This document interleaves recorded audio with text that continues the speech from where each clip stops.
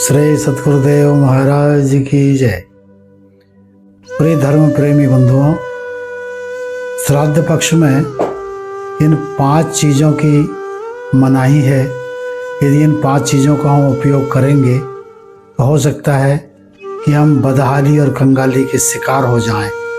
उसमें सर्वप्रथम है ब्रह्मचर्य को धारण करना। ग्रंथों के अनुसार पितृपक्ष के 16 दिनों के दौरान घर में सगाई, शादी विवाह, गृह प्रवेश, मुंडन, ये 4 चीज़ें और ब्रह्मचर्य धारण करना, ये मांगलिक कामों को करने की मनाही बताई गई है। इसके अलावा छोटी से छोटी नई चीज़ को खरीदने से भी बचना चाहिए और तामसिक चीज़ों का सेवन बिल्कुल भी वर्जित है। जो तर्पण किया जाता है उन लोगों को, जिसके द्वारा तर्पण किया जाता है उन लोगों को पितृपक्ष के दौरान तामसिक चीज़ों का उपयोग नहीं करना चाहिए।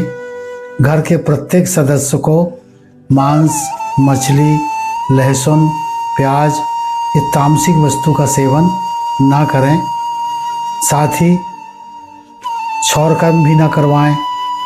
हमारे पिता के द्वारा दिया गया ये शरीर, जिसके अंदर प्रत्येक शरीर में 3.5 करोड़ रोएं होते हैं, और पितृपक्ष के दौरान हम दाढ़ी, बाल इत्यादि यदि हम क्षौर कर्म करवाते हैं तो इसका दुख हमारे पितरों को, जब हमारा ये रोएं कटते हैं तो उसका दुख हमारे पूर्वजों को उठाना पड़ता है।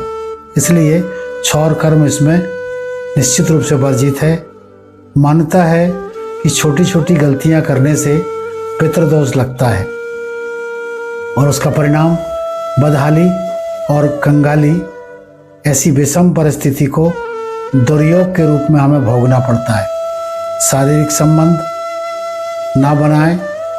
पितृपक्ष के हर दिन खास माने गए हैं, जिस दौरान पितरों और पूर्वजों की आत्मा को शांति के लिए तर्पण किया जाता है।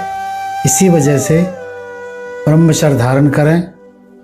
इन 16 दिनों में श्रद्धापूर्वक पूजन करने से फल की प्राप्ति होती है। और एक और विशेष बात है, घर में बना हुआ भोजन, ये 15 दिनों में जो भोजन बनता है, उस भोजन को आप किसी भी रूप में यदि पूर्वजों को संतुष्ट करना चाहते हैं तो घर में बना हुआ भोजन ऑफिस, कॉलेज, स्कूल, इनमें दोस्तों के साथ कभी भी शेयर ना करें। श्राद्ध पूजा का खाना खाने की अनुमति केवल घर वालों की ही होती है। इस नियम को उल्लंघन करने से हम प्रायश्चित्त के भागी होते हैं, पाप के भागी होते हैं। मांगलिक कार्य करना वर्जित है। धर्म ग्रंथों के अनुसार पितृपक्ष के 16 दिनों के दौरान ये मांगलिक काम ना करें और तामसिक वस्तु का सेवन ना करें, क्योंकि हमारी छोटी सी गलती हमारे परिवार को भोगनी पड़ती है और वह दुख के कारण में फंस जाने के कारण कई प्रकार के ऐसे आकस्मिक कष्ट आते हैं जिनकी हम अनुभूति नहीं करते, या तो उन्हें कर्म का शिकार माना जाता है या लापरवाही का शिकार माना जाता है। परंतु ये सारे जो कृत्य हैं, ये हमारे कहीं ना कहीं स्वार्थ के कारण हम पाप के अधिकारी हो जाते हैं और पितरों के नाराज़गी के शिकार हो जाते हैं, जिससे हमारे परिवार की उन्नति में बाधा पैदा होती है। श्री सद्गुरुदेव।